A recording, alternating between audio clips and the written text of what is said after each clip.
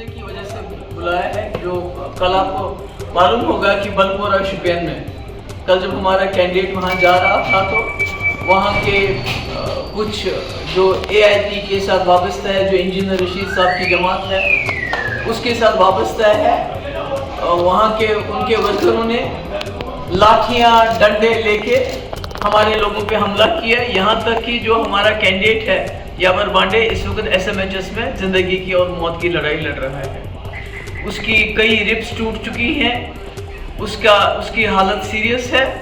और मैं जानना चाहती हूँ कि इंजीनियर रशीद साहब तो जेल में हैं, तो ये जो पार्टी बनाने में मुफ्ती साहब को 50 साल लगे और अभी तक हमारे पास ऐसे रिसोर्सेज नहीं है कि हम जगह जगह कैंडिडेट खड़ा करें। एक आदमी जो जेल के अंदर है, पार्लियामेंट इलेक्शन लड़ते हैं, बहुत अच्छी बात है। अब उनकी ये ऑर्गेनाइजेशन के पीछे कौन है जो जगह जगह उनके लोग खड़े होते हैं? वो पैसा कहाँ से आता है, वो फंड्स कहाँ से आते हैं, और सबसे बड़ी बात वो जुर्रत कहाँ से आते हैं जिसकी वजह से वो गुंडागर्दी करते हैं। अगर PDP को हर जगह निशाना बनाया जाता है और अगर ये इस तरह की हरकत PDP के किसी वर्कर ने की होती, किसी कैंडिडेट की इस तरह पिटाई की होती, तो मुझे लगता है इस वक्त सारी PDP जेल के अंदर होती।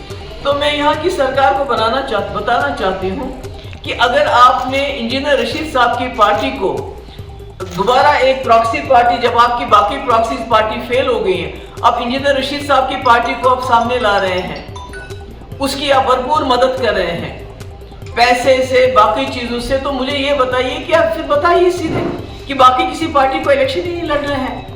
ये कैसे गुंडागर्दी है?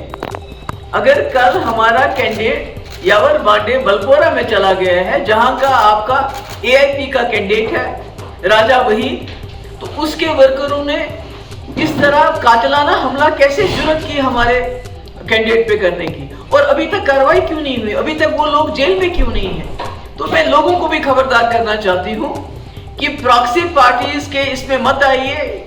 इनके पीछे एक बहुत बड़ी ताकत है जो चाहते हैं कश्मीर का वोट जो है वो डिवाइड हो जाए। खासकर PDP उनके निशाने पे है। उनको मालूम है पिछले 5 साल में भी PDP वाहिद जमात है जिसने जम्मू कश्मीर के लोगों के लिए खड़ी रही, यहाँ के जो जेल में लोग बंद हैं उनके लिए खड़ी रही। जो इन्होंने 5 अगस्त 2019 को किया उसके खिलाफ आवाज उठाई, इसलिए इनके निशाने पे PDP है। और ये जो जितनी भी जमातें हैं जो आज़ाद उम्मीदवार की शक्ल में आ रही हैं, AIP की शक्ल में नजर आ रही हैं, उनका बाज़ाब्ता कहीं ना कहीं से उनकी फंडिंग हो रही है और उसके साथ उनको सरकार की पूरी प्रोटेक्शन मिल रही है। तभी उन्होंने जुर्रत की कि PDP के कैंडिडेट पे इस तरह कातिलाना हमला करें। Ma'am, you want any sort of probing? वो तो पता है उनको अभी तक जेल में होने चाहिए थे, अभी तक वो जेल में बंद क्यों नहीं है? और ये जो AIP के कैंडिडेट है, इनके पास इतने वसाइल कहाँ से आ गए? इनका लीडर जेल में है, ये हजारों की तादाद में इनके साथ गाड़ियां होती हैं, इतना पैसा कहाँ से आ गया? ये तो लोगों को सोचना चाहिए, ये अचानक कहाँ से आ गया? तो यानी कि जब इनकी दूसरी जब PDP को तोड़ के इन्होंने कई प्रॉक्सीज पार्टीज बनाई, जब वो फेल हो गई पार्लियामेंट इलेक्शन में, तो अब इंजीनियर रशीद की पार्टी को आगे किया जा रहा है। तो मैं वार्न करना चाहती हूँ, खबरदार करना चाहती हूँ बिलखुसूस कश्मीर के लोगों को। आपके यहाँ बिलाशक PDP NC कांग्रेस पार्टी है, इसके अलावा जितने भी आप मैदान में इस वक्त देख रहे हैं, जितने भी लोग घूम रहे हैं, खासकर AIP की जो पार्टी घूम रही है, इसकी बैकिंग पीछे से हो रही है। ये खबरदार रहिए, ये बहुत नुकसान पहुंचाना चाहते हैं जम्मू कश्मीर के कॉज को, खासकर उस कॉज को जिसके लिए PDP पिछले कई सालों से लड़ रही है।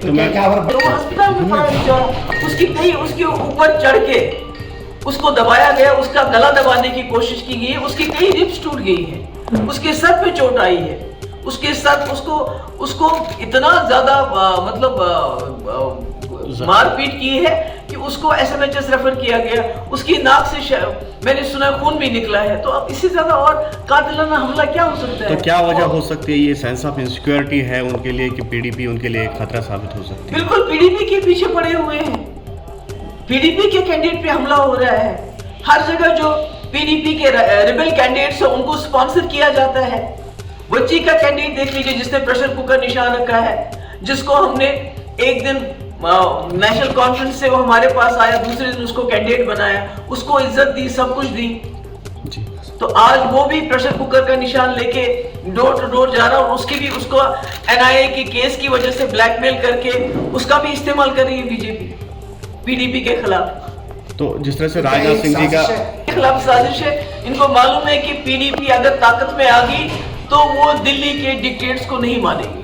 تو راجناتھ سنگھ جی کا بھی یہ بیان آیا ہے کہ PDP دیکھیے میں تو بار بار کہتی ہوں کہ BJP سرکار کے ساتھ حکومت بنانے کے باوجود میں نے 12,000 نوجوانوں کے FIR واپس لیے جبکہ اس کو سٹون پیلٹنگ پیک پہ تھی. دن میں کوئی جگہ نہیں تھی جہاں پتھراؤ نہیں ہوتا تھا مگر میں نے واپس لے لی. میں نے دلی سے ڈیلیگیشن منگایا بہت ٹاپ ڈیلیگیشن تھا حریت کے دروازے پہ بھیجا. میں اور کیا کر سکتی تھی.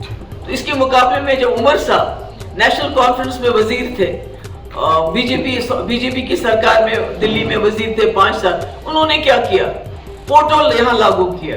انہوں نے شاتوس پہ بین لگائی اور پوری دنیا میں گھومتے رہے یہ کہنے کے لیے کہ جموں کشمیر دہشت گردی کا مسئلہ ہے پاکستان کے اوپر بمباری کرو مسئلہ حل ہو جائے گا. میں نے BJP کے ساتھ رہ کے PDP کا ایجنڈا چلایا جموں کشمیر کے لوگوں کا ایجنڈا چلایا مگر نیشنل کانفرنس نے BJP کے ساتھ رہ کے سرکار میں رہ کے ان کا ایجنڈا چلایا. وہ لوگ ان کے پاس ایان ہے. تو وقار رسول کا کہنا ہے کہ لال جھنڈے کے یہ جو NC کانگریس کے الائنس ہے یہ اصولوں کی مبنی نہیں ہے.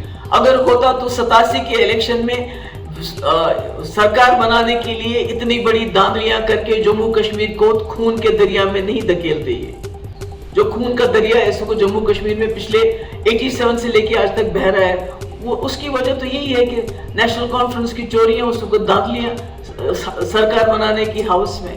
تو آج بھی ان کی جو ہے سرکار بنانے کے لیے یہ کسی حد تک بھی جا سکتے کوئی اصول پرستی نہیں ہے. ہر جگہ نیشنل کانفرنس نے اپنے کینڈیڈیٹ انڈیپینڈنٹ کینڈیڈیٹ کانگریس کے خلاف کھڑے کر دیے ہیں. جیسے لداخ میں کھڑا کر دیا تھا وہ نیشنل کانفرنس میں واپس چلا گیا. تو یہ تو ان کی آپس میں ایسی ہے.